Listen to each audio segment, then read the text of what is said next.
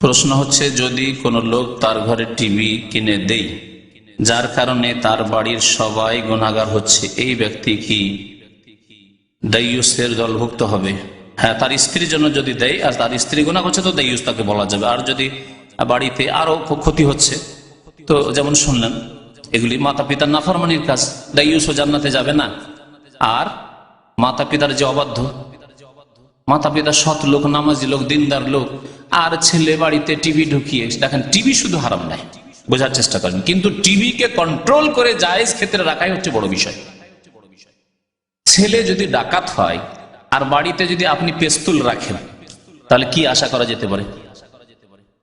পেস্তুল নিয়ে ডাকাতি করতে যাবে না?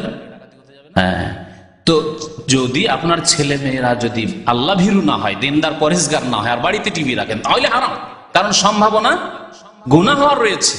কিন্তু ছেলে মেয়ে যদি আল্লাহওয়ালা পরেশগার হয় আর তারা শুধু ইসলামিক প্রোগ্রাম দেখার জন্য, ইসলামিক প্রোগ্রামে সীমিত রাখার জন্য, কোন নাজায়েজ প্রোগ্রাম তারা শুনতে দেবে না, দেখতে দেবে না, রাখেন, তাহলে টিভিকে ওলামায়ে কেরাম বলেছেন যে অস্ত্রের মতো।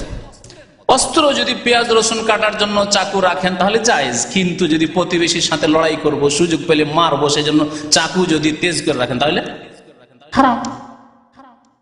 তো পাইকারি হারে কখনো এরকম ফতোয়া দেবেন না যে ফতোয়াগুলো আমাদের এক সাইডে জাহেল বক্তারি দিয়ে থাকে যে টিভি হারাম, টিভি হারাম। না, টিভি হালাল হইতে পারে, হারাম হইতে পারে, তবে ক্ষেত্র হারামের বেশি। সুতরাং সতর্কতামূলক আপনি হারাম থেকে বাঁচার জন্য আপনি অনেক জায়েজ কাজ ছেড়ে দেন, যেমন আমরা ছেড়ে রেখেছি।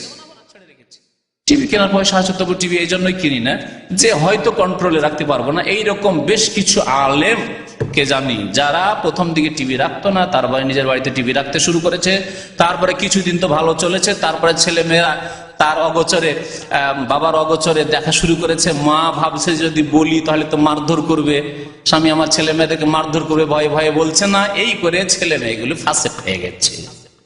এরকম বহু ঘটনা আছে। সুতরাং সতর্কতা অবলম্বন করার জন্য টিভি রাখে না, সেটি আলাদা কথা। কিন্তু আপনি স্বামী স্ত্রী যদি থাকেন আর আল্লাহকে ভয় করেন, আপনি দিনে ইসলামিক প্রোগ্রাম দেখার জন্য টিভি রাখেন, যার দ্বারা আপনার উপকার হচ্ছে, তো অবশ্যই নাজায়েজ নাই, বরং নেকি, তাতে নেকি রয়েছে, কারণ আপনি নেকির কাজে ব্যবহার করছেন। এগুলি, এই প্রচার মাধ্যমগুলিকে নেকির কাজে ব্যবহার করতে হবে। জি, এক ভাই বলেছেন আমার আব্বা মারা গেছে, তার জন্য দোয়া করবেন।